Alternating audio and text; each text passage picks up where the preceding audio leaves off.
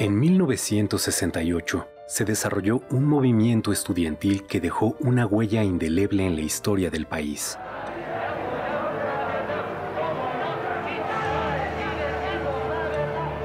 Lo que comenzó como una protesta juvenil contra los abusos de la policía capitalina se convirtió en la rebelión de una generación contra el autoritarismo del régimen.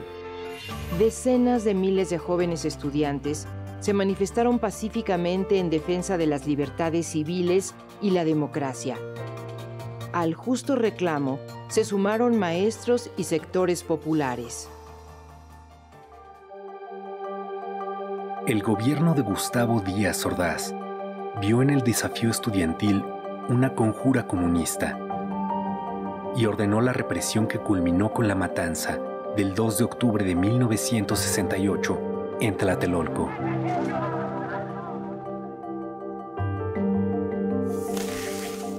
El movimiento inició el 22 de julio, tras una pelea entre estudiantes de la Vocacional 5 y de la Preparatoria Isaac Ochoterena en la Ciudadela, que fue reprimida por granaderos.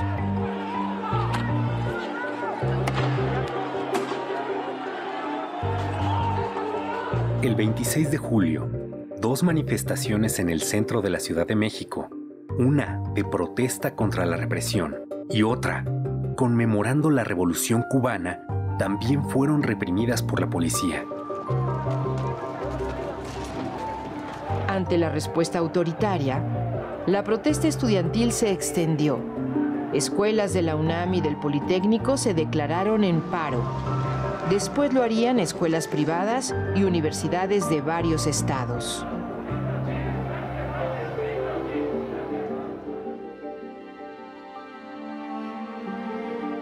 Luego de la primera manifestación masiva, el presidente Díaz Ordaz ordenó el 30 de julio la intervención del ejército.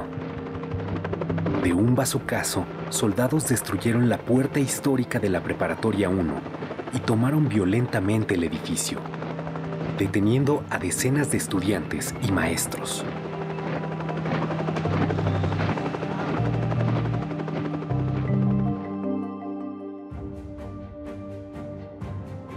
El rector de la UNAM, Javier Barros Sierra, asumió una actitud ejemplar. Defendió la autonomía universitaria, condenó la represión y promovió una solución dialogada al conflicto. El 1 de agosto, encabezó una manifestación de duelo por los estudiantes caídos y contra la violación a la autonomía.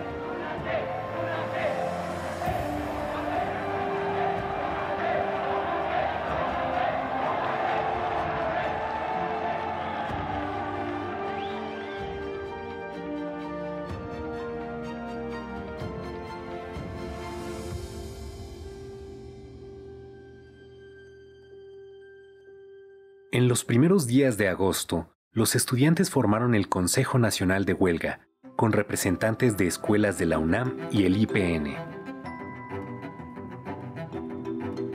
El CNH dio a conocer el pliego petitorio del movimiento. Libertad a los presos políticos.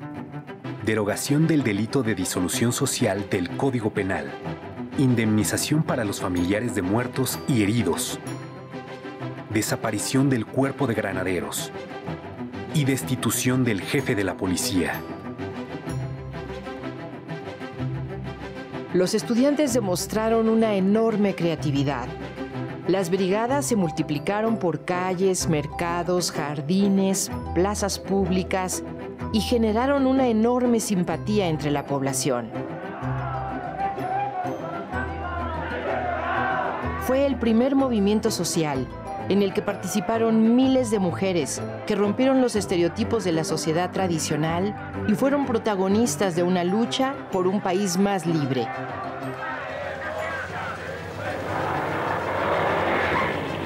El movimiento creció. A la manifestación del 13 de agosto asistieron más de 150,000 personas.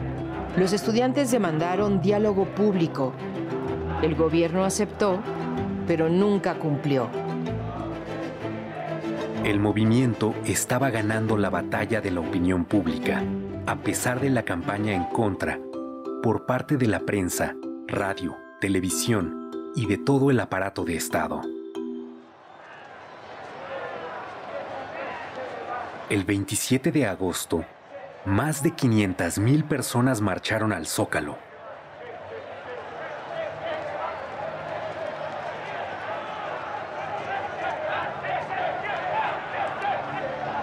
El 1 de septiembre, con el aval del Congreso, el presidente Díaz Ordaz anunció que tomaría medidas para imponer el orden.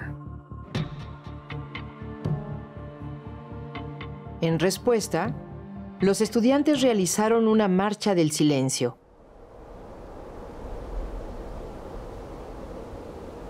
El 13 de septiembre, más de 250,000 personas marcharon bajo un silencio imponente. Ejemplar.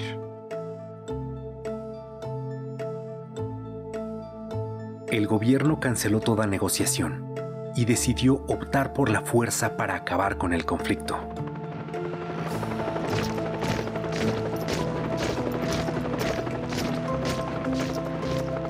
El 18 de septiembre, el ejército ocupó la ciudad universitaria. 500 estudiantes fueron detenidos.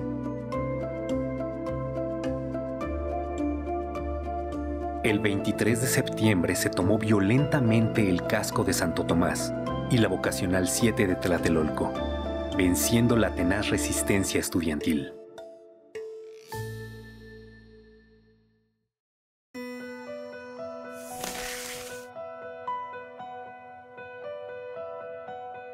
A 10 días de la inauguración de las Olimpiadas en México, el 2 de octubre, miles de personas asistieron a un mitin pacífico en la Plaza de las Tres Culturas en Tlatelolco.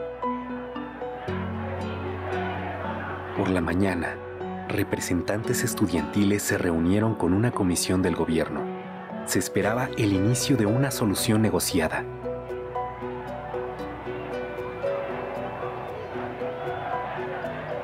Pero Díaz Ordaz ya había decidido acabar con el movimiento y dio la orden al Estado Mayor Presidencial, a un cuerpo de élite militar, el Batallón Olimpia, a unidades del ejército, a la policía, de reprimir a los manifestantes.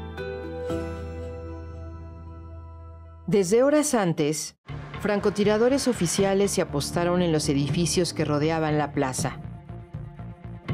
Poco después de las 6 de la tarde, un helicóptero lanzó 2 bengalas. Fue la señal para que las tropas avanzaran sobre la plaza a bayoneta calada. Los miembros del Batallón Olimpia aparecieron en el edificio Chihuahua, donde estaba la tribuna y se encontraban los dirigentes del movimiento. El objetivo declarado era detenerlos. Sin embargo, otro grupo del Batallón Olimpia disparó desde las alturas contra sus propios compañeros, contra los militares y civiles que ocupaban la plaza.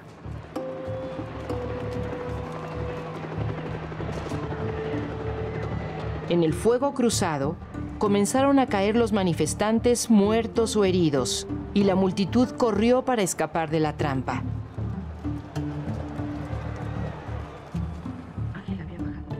Fue una sangrienta masacre en la que murieron estudiantes y población civil, incluidos niños que asistieron al mitin. La versión oficial reconoció 38 civiles muertos, un niño y 4 soldados, y culpó a los estudiantes de provocar la violencia. El periódico inglés The Guardian realizó una investigación y publicó que 325 personas fueron asesinadas ese día. Los heridos se contaron por centenares y por miles los detenidos, muchos de ellos torturados. Los líderes del Consejo Nacional de Huelga fueron recluidos en la cárcel de Lecumberri y el Poder Judicial los juzgó como terroristas. El 2 de octubre se cometió un crimen de Estado contra los estudiantes y el presidente Gustavo Díaz Ordaz asumió toda la responsabilidad. Asumo íntegramente la responsabilidad personal ética, social, jurídica, política e histórica por las decisiones del gobierno en relación con los sucesos del año pasado.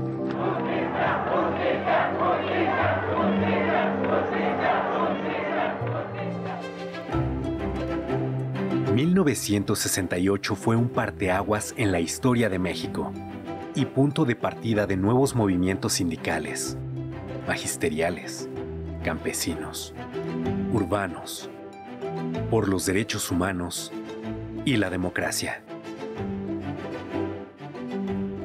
El movimiento de 1968 es un triunfo de la memoria colectiva contra el intento institucional de imponer el miedo, el silencio y el olvido. Venció la esperanza, el ideal de un futuro democrático, de libertad. Por todo ello, el movimiento estudiantil de 1968 y el 2 de octubre no se olvidan.